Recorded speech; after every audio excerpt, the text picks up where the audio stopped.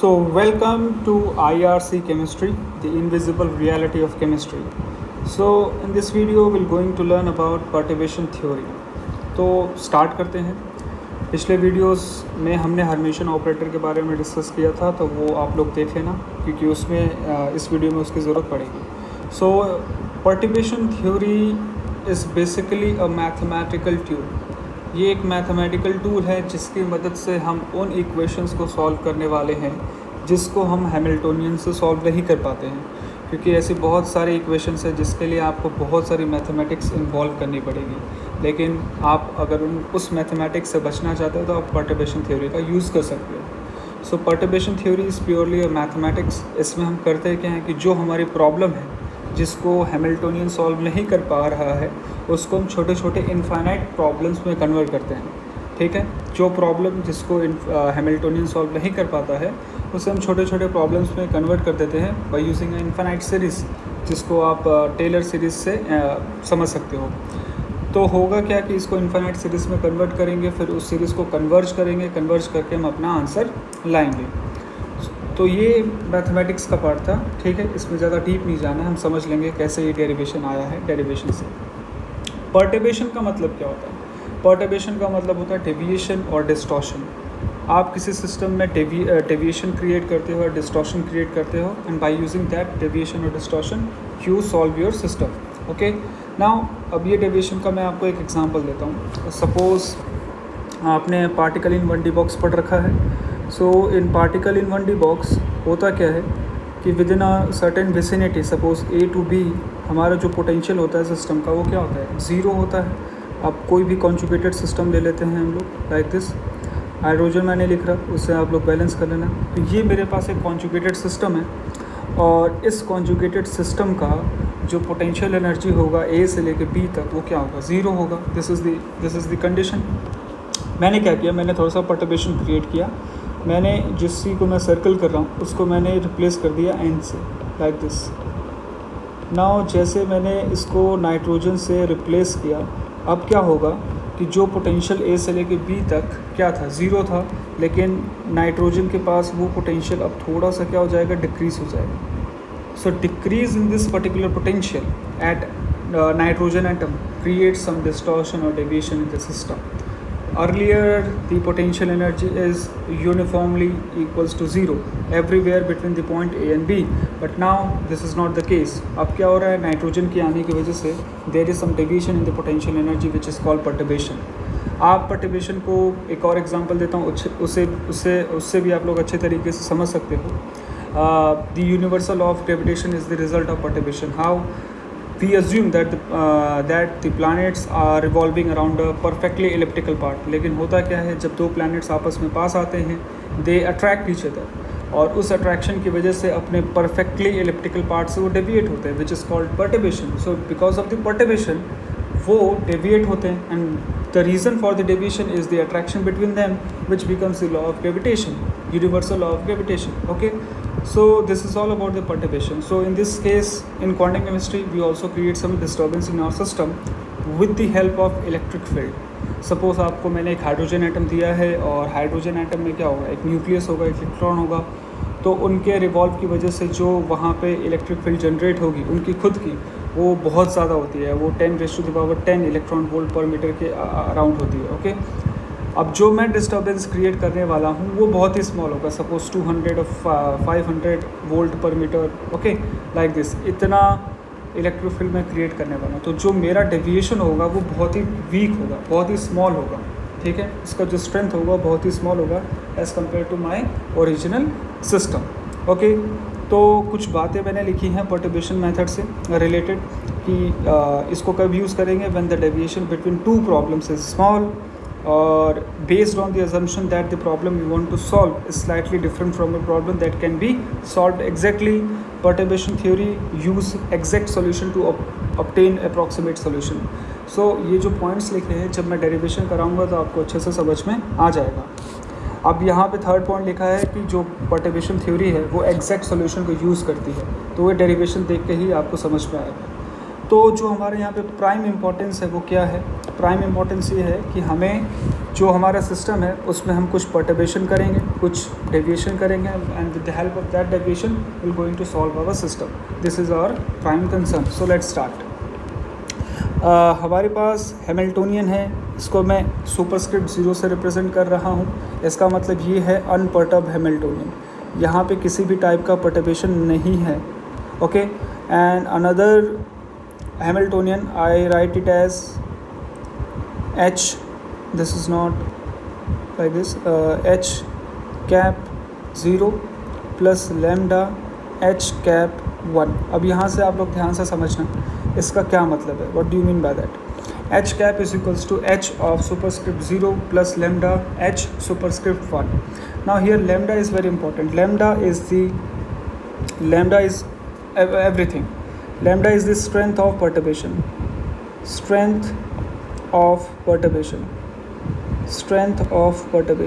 and its value lies between 0 to 1. इसकी जो value होगी वो 0 to 1 के बीच में लाई करेगी।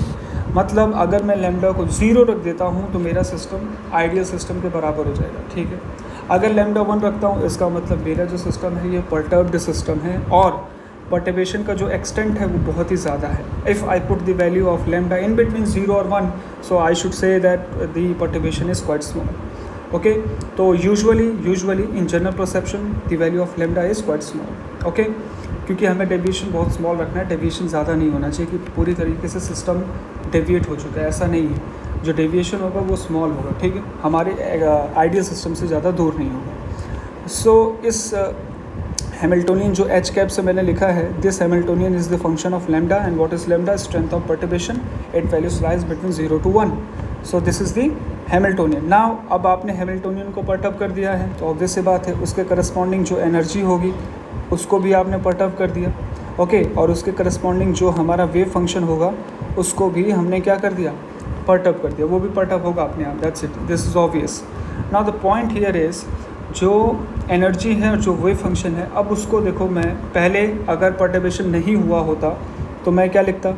मैं ये लिखता H cap 0 psi n 0, okay, equals to E n 0 and psi n 0। Normally इस तरीके से मैं इसको एग्जैक्टली सॉल्व कर लेता, लेकिन अब जो मेरा पर्टर्ब्ड पार्ट है, पर्टर्ब्ड एनर्जी है, उसको मैं लिखने वाला हूँ in terms of infinite series Taylor series की मदद से, like this E n 0 plus lambda E n 1 plus lambda E n 2 lambda square E n 2 plus dash dash dash up to infinity.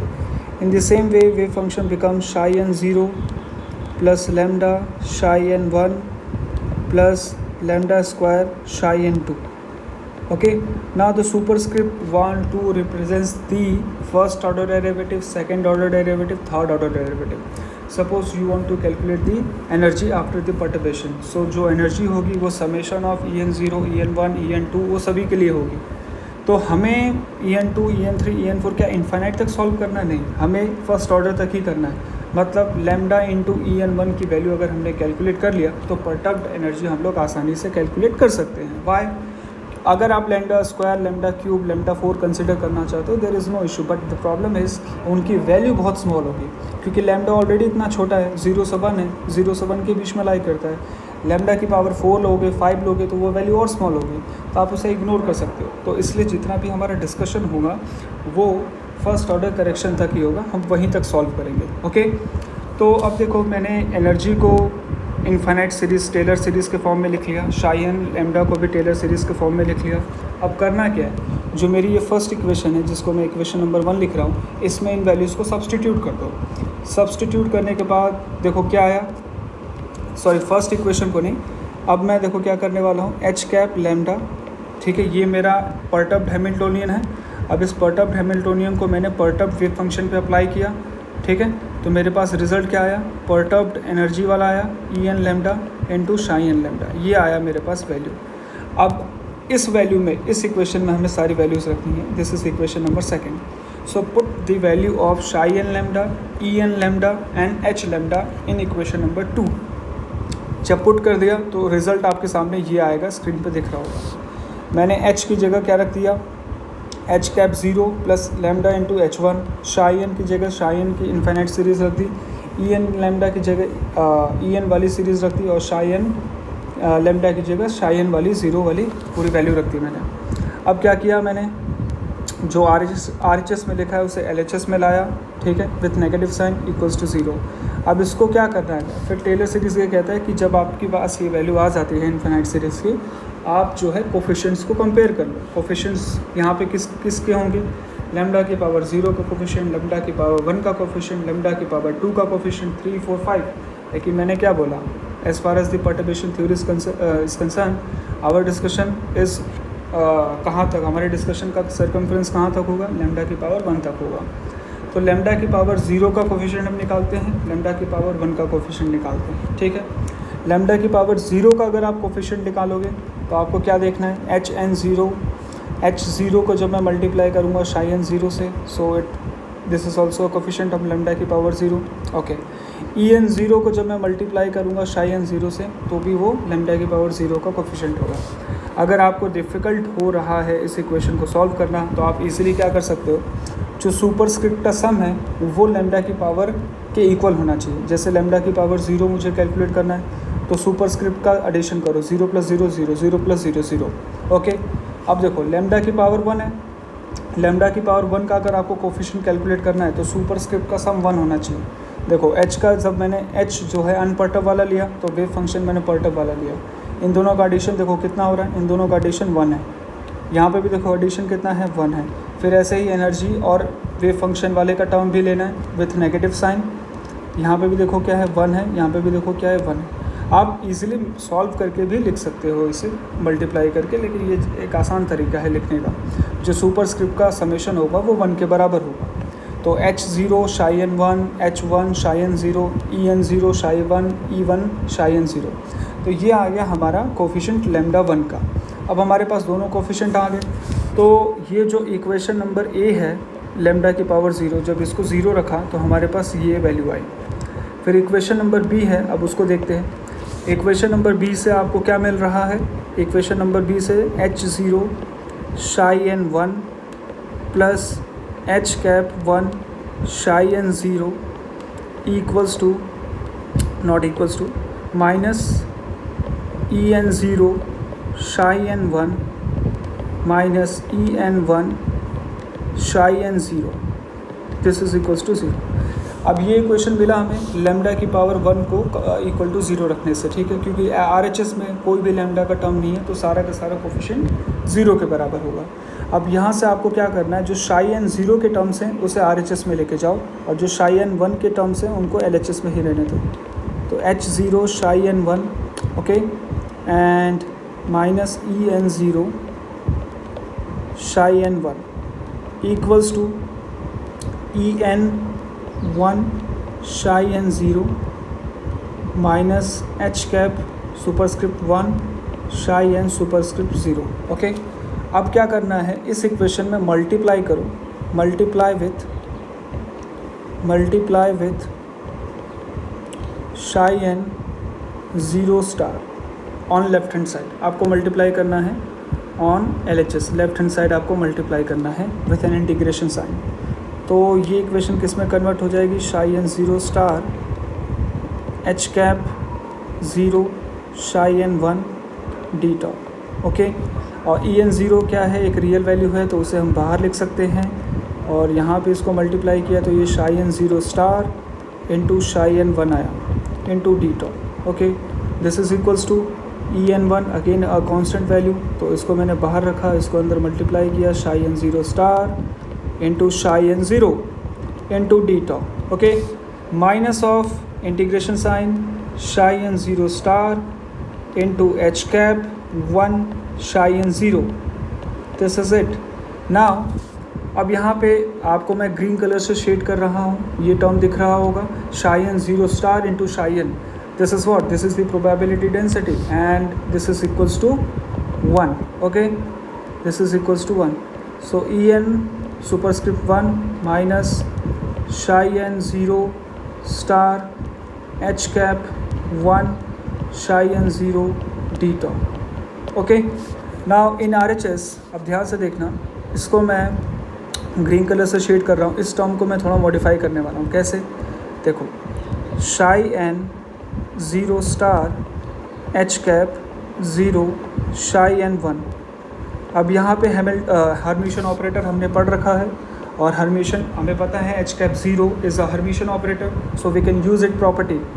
तो इसको मैं लिख सकता हूँ psi n 1 H cap 0 star and psi n 0 star. So this is the property of Hermitian. मैं ये equation equality का sign लिख सकता हूँ। अब इसको थोड़ा सॉल्व करते हैं। तो शाई एन 1 एच 0 शाई एन 0 को जब ऑपरेट किया तो हमारे पास वैल्यू आया ई एन 0 स्टार शाई एन 0 स्टार। अब ई एन 0 आपको पता है एक रियल वैल्यू है क्योंकि ये हर्मिशन ऑपरेटर है, तो ई एन 0 से आप स्टार हटा सकते हो क्योंकि उसका कॉम्प्लेक्स कॉन्जुगेट वही नंबर ही होगा, because that number is real. तो ये आ गया psi n star, sorry not psi n star, ये आ गया psi n 1 and psi n 0 star into the term. अब आप देख सकते हो जिसको मैंने ग्रीन कलर से शेड किया था वो वैल्यू किसके बराबर होगी? उसी के इक्वल होगी। दोनों ग्रीन वाले शेड इन LHS में आप देखो, LHS में psi n 0 star H cap 0 and psi n 1, ये जो वैल्यू थी ये वैल्यू एग्जैक्ट इस वैल्यू के इक्वल हो गई। इसका मतलब LHS पूरी तरीके से 0 के बराबर हो गया। RHS में क्या बचा? RHS में बचा E1 EN superscript 1 psi n 0 H cap 1 psi n 0 d top. ना यहाँ से मैं लिख सकता हूँ E1 equals to psi n 0, okay, this is star, this is star, this is star, okay, psi n 0 star H1 and psi n 0 d top. अब E n 0 याद करो, हमारा पर्पस यही था। मैंने एनर्जी की वैल्यू क्या लिखी थी? एनर्जी की वैल्यू ई लेमडा मैंने लिखा था E n 0 plus lambda E n 1 plus and so on, okay. तो हमारा कंसर्न जो था, डिस्कशन का सर्कमफ्रेंस कहाँ तक था? Lambda into E n 1। तो हमें वैल्यू किसकी चाहिए? लेमडा ई एन सुपरस्क्रिप्ट 1 की वैल्यू चाहिए, तो इसको लेमडा से मल्टीप्लाई कर दो। तो लेमडा से मल्टीप्लाई कर दिया तो ये वैल्यू आ गई शाई एन 0 स्टार, और ये वैल्यू क्या होगी? Lambda into H1 psi n 0, okay, into d top. अब यहाँ से ये जो मैं जिसको ग्रीन कलर से शेड कर रहा हूँ, ठीक है, अब इसको ध्यान से देखना। इसको मैं कहूँगा this is the perturbed Hamiltonian. आपको साफ साफ दिख रहा होगा, this is the perturbed Hamiltonian. और जो मैंने फर्स्ट पॉइंट लिखा था, थर्ड पॉइंट लिखा था परटर्बेशन के बारे में, ये है परटर्ब्ड हैमिल्टोनियन। और ये जो परटर्ब्ड हैमिल्टोनियन है किस पे ऑपरेट हो रहा है? This operates on the exact solution, exact wave function, जो हमारा अनपर्टर्ब्ड वेव फंक्शन है। एग्जैक्ट वेव फंक्शन बोल लो या अनपर्टर्ब्ड वेव फंक्शन बोल लो, अनपर्टर्ब्ड वेव फंक्शन। तो ये स्टेटमेंट के फॉर्म में एग्जाम में आ चुका है, unperturbed wave function. So the perturbed Hamiltonian operates on unperturbed wave function in order to calculate the approximate value of energy.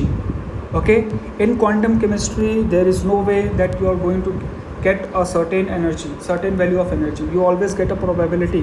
Okay, तो यहाँ पे हमने perturbed हैमिल्टोनियन का यूज़ किया और उसको ऑपरेट किस पे किया? अनपर्टर्ब्ड वेव फंक्शन पे, जिसकी मदद से हमने फर्स्ट ऑर्डर ऑफ एनर्जी निकाला। नाउ टोटल एनर्जी क्या होगा after the perturbation? So total energy is E lambda, which is equals to En0. You already know the value of En0 plus lambda En1, and lambda En1 you already have calculated by using the perturbation theory. So by this equation you can calculate the corrected. Now this energy is also called as corrected energy. तो आपको हमेशा corrected energy calculate करने के लिए कहा जाएगा. So that corrected energy you can easily see that वो हमेशा En0 से थोड़ा सा ज़्यादा होगा, बहुत ज़्यादा नहीं होगा, थोड़ा सा ज़्यादा ही होगा। तो जो मैंने सेकंड पॉइंट लिखा था कि जो डेविएशन होगा वो स्मॉल होगा। सो परटर्बेशन में हमें डेविएशन स्मॉल रखना है और जो हमारी प्रॉब्लम होगी उसे छोटे छोटे इनफाइनाइट सीरीज़ के प्रॉब्लम में कन्वर्ट कर लेंगे, फिर उसे एक यूनिफाइड इक्वेशन में पुट करेंगे, कोफिशिएंट को कंपेयर करेंगे, वहाँ से हम अपनी वैल्यू निकालेंगे। सो this is for the today's video. हमने यहाँ पर परटर्बेशन थ्योरी के बारे में डिस्कशन किया पूरा, कैसे वो फॉर्मूला आता है। अब आपको फॉर्मूला याद करने में दिक्कत नहीं होगी, ठीक है। ये डेरिवेशन हम लोगों ने बहुत अच्छे तरीके से समझा। इन नेक्स्ट वीडियो में कम से कम बहुत सारे क्वेश्चंस मैं आपको डिस्कस कराऊंगा CSI नेट के